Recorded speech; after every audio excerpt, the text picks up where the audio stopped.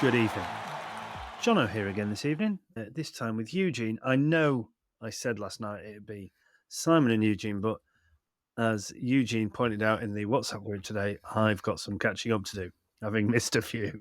So I am now. He was on a jolly somewhere off with Spain with some three mates and blah, blah. So we thought we'd make him work for a change, chaps. Perfect. Sounds about fair. Do you know what, Yeah. Eugene? I'm going to start with something tonight that I don't know whether I'm more depressed watching my national cricket team or my football team, because I've just watched. Please don't tell me you're a Man United supporter. I am. I did know that, which is why I teed it up for you. And I've just watched the first half of United versus FC Copenhagen, and it is utterly miserable. It's 0-0, but we are just garbage. So yeah, I'm in a. Please, can you tell me you're supporting the All Blacks this weekend? Because it seems whoever you support is really shit. I am firmly in Camp Boca on Saturday. Is it Saturday or Sunday? It is Saturday, yeah, it's definitely Saturday. Yeah. So the third and fourth playoff is on Friday, which is England versus Argentina. I will be supporting England. And then on Saturday, it is South Africa versus New Zealand at 8 o'clock. Well, South African sport is certainly on the up at the moment, is it not? As witnessed again today. I mean, what a phenomenal side they are at the minute. It's scary. Wow. They seem to get better and better. I know they've scored more runs than they did today, but phenomenal. I mean, as a South African fan, you must be absolutely over the moon with how they're going. I am absolutely delighted with the way the South African cricket team is playing at the moment. I must be honest, though, I'm just so worried that we're peaking too early because of how long this tournament is. Yeah. The one thing I will say, I did listen to what you and Robert spoke about last night. Believe it or not, today's match was the halfway point. It was. It is match 23 of 45. Yeah. So we are now over the halfway point. So as soon as South Africa finished their... This is hump day then, is it? Yeah. Yes, it is. We're now on the downhill. So we're looking forward to the summer now because we've pretty much finished winter. No, I wish that was true. Crikey. Well, I mean, for those of you who can't see, Eugene is decked out fully in bobble hat, bespoke, custom made by Woodstock bobble hat, might I add, and a full Twickenham garb tonight. So it must be cold down south. I have a thing where, and I've been doing it since I moved to the UK in 2008. I try and not use the heating until November. Yeah, that's fair. So I try and squeeze it out. So it's a bit chilly here today. So I thought, let me just put a couple of layers on and I'll be happy as Larry from there. But yeah, I tell you what I was happy with, and it did warm my cockles up, was watching Quinton de Cockbat. Oh my good giddy aunt. I mean, 15 fours, 7 sixes, 174 of 140. But, so here's the thing for you, right? Yeah. In the second half, and you may have heard this if you were watching, but they were saying that has now beaten the best keeper batsman score in a one-day game because he beat Gilchrist. But then the conjecture of de Kock not bothering to come out and keep, where does that leave us? I said this the other day when there were so many substitutes when England were playing. They finished the game with 3 substitutes. I think Heinrich Klaassen then went in, he scored his 100. I was like, no, this is not on. What's going on over here, chaps? And again, I was going to bring that up again tonight. It's like, I know he had mild cramp, but yeah, it's an interesting one, isn't it? I mean, the use of substitutions is now fully in flow, albeit they can only field. Does make a point as to what's going to happen in the future with substitutions with fielders / batters / bowlers. If they don't stamp it out, now you'll remember, I'm sure, a very famous Ashes series 2009. Was it 2009, 2005 when Gary Pratt ran out Ricky Ponting? And this was, I think, it might have been at the Oval. Anyway, someone will correct me. But he was then shouting up at the England change room because they've effectively put on a specialist sub-fielder because they're rotating the bowlers and the bowlers were going off to put the field for a little while. Now, I'm not saying that Andil Fesler-Cuello, probably hasn't pronounced that correctly, but you're not going to argue that he's a specialist fielder. It's not like having a Trevor Penny, for argument's sake, coming on to field in place of De Kock. But fresh legs. Surely there is something that to be said is, unless you've got a proper injury, the named 11 have to go out and, Reece Topley breaks his finger and has to go off some treatment. Fair enough, I get that. But anybody can say they've got cramp because they've just whacked 174, batting for what? He probably batted for 43 overs or something, maybe even a little bit more. But yeah, it seems strange to me. I'm not sure I like it, if I'm honest. Yeah, like I say, I'm totally with you on this. I wasn't comfortable in the England game when England did it. I'm not comfortable today when De Kock's done it. I'm sure it's going to happen again in the tournament, and I'm sure we'll be talking about it then. But yeah, it's one of those scenarios that I'm not sure what to do. I'm not sure anybody can do anything. It's you've got to look after the health and well-being of players. Yeah. Well, talking of health and well-being of players, Jofra Archer's been given another 2-year contract, hasn't he? Because after they broke him in 2019, the old golden handshake still seemed to be going strong. But anyway, I know we referenced that the other night. Did you see Ben Stokes got a 1 year? Yeah, I think it's because of his knee. No. So I read up on it today to find out why he only took a 1 year. And Rob Key actually came out and described exactly why he's done it.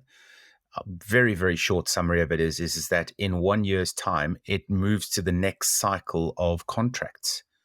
And effectively what Ben's thought process is that in 1 year's time, he's going to be in a position to bargain better and get a better contract for a longer period of time. Fair play. Because of the way that the cycle works. So I was quite surprised. I was, like you, surprised. Ben Stokes, 1 year. Everyone else gets a 3 year. All the Wood, Root, and I think it's Jax. I can't remember who the third person is. A number of them, right? There's 15 of them on a 2 year, I think, isn't there? And yeah.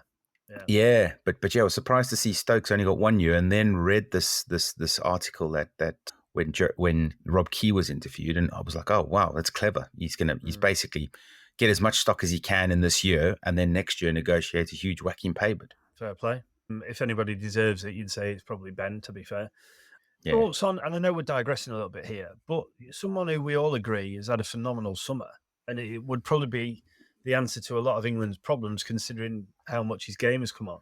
Tom Curran, but nowhere to be seen, not even an incremental contract or anything, which strikes me as strange. I think he should have been the replacement for Reece Topley. Yeah, we said that last night. I'm very surprised. Yeah, exactly. I'm very surprised not to see him go up. I know I said in jest it was going to be Jason Roy because he needed to come back in, but I'm very surprised not to see him on any list, considering how well he's playing.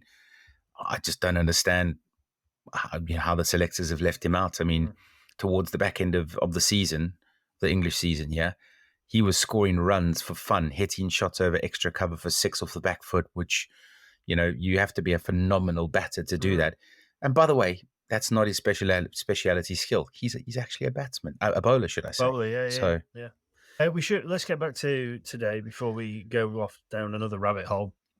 Obviously, I called it, I think maybe last night, just saying that I wouldn't be surprised to see them say that Bavuma wasn't fully over his illness, just selected. To give Hendricks another run out. Didn't really back it up, did he? 12 off 19. But where did he go from here with that other opening spot? Does Bavuma now come back in because Hendricks has had a failure, or do they give him another go? Well, I didn't actually check why Hendricks was not. Sorry, why Bavuma was not reselected. Yeah, I didn't actually hear if he was still injured. Yeah, it was. Got it. I mean, which is the easiest thing for them to say. It's a bit of a throwaway game against Bangladesh. You would think that's probably one of the games where they would feel that, okay, if he goes in and backs up with another big score again, then we've got a decision to make. But he's probably made it a little bit easier now for Bavuma as captain to walk straight back into the side for the next game, whenever that is. Yeah. I'll be honest, De Kock's batting for both openers at the moment. So yeah, he's been phenomenal. He's now leading the run scoring for the tournament by a distance, having overtaken Rohit Sharma. Van der Dussen got one that stayed a bit low, hit him bang in front. I mean, he even knew that he didn't review it. Decent bit of bowling from Miraz. Markram looked good again, 60 from 69. Just looks solid, doesn't he? Just a good cricketer. Yeah. the partnership between him and Klaassen looked so good. Mm. They just knew exactly how they needed to get the scoreboard ticking. And again, it was proper cricket shots. It was not like they were trying to slog every ball and trying to get 400. They knew that they were going to be able to go deep in the last 10 overs, and they went deep in the last 10 overs. It's just, we'll talk about Miller in a minute, but Klaassen, 90 off 49, 2 4s, 8 6s. That bloke is just unbelievable. I mean, the form he's in at the minute. But then, in a way, Miller comes out and gets 34 off 15, 1 4, 4 6s, scoring at 2 2 6. I mean, you got those guys coming in the back end. Everything just seems to be working for South Africa at the minute, doesn't it? Like they seem to have this game plan of, okay, first 20, we'll try and get up towards 100, 120, having lost as few wickets as possible. Yes, they were 2 down today, but they're giving themselves ample opportunity to go into that last 10 with so much firepower left still in the shed. I think Miller came out in the 46 over. He only had 4 overs to bat. Yeah. The game plan is just working to a T. And I really hope, I mean, I know we've got a couple of tough matches coming up against Pakistan as an example in a few weeks, in a few days' time. But I just want to see us struggle a little bit just to make sure that the tail gets an opportunity to bat. I say that.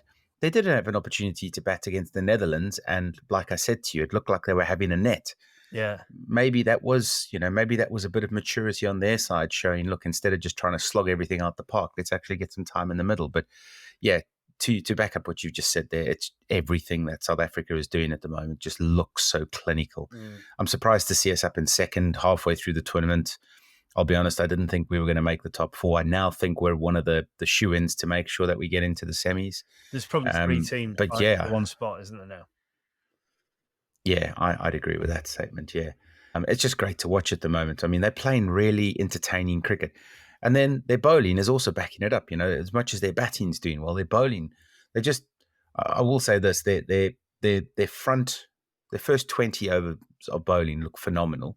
Looks like they're squeaking out a few runs, even against England with Wooden, the tail putting on, I don't know, felt like 60 or 70.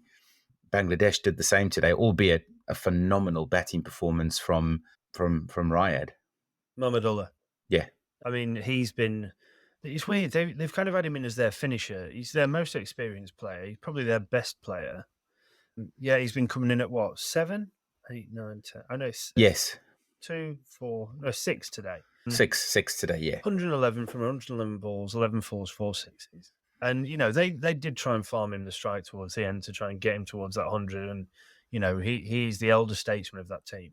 And so we would imagine it will be his last World Cup. But, phenomenal to see some fight from him. The Fizz batted a long time with him. Hassan Mahmood batted well with him. Nassim Ahmed.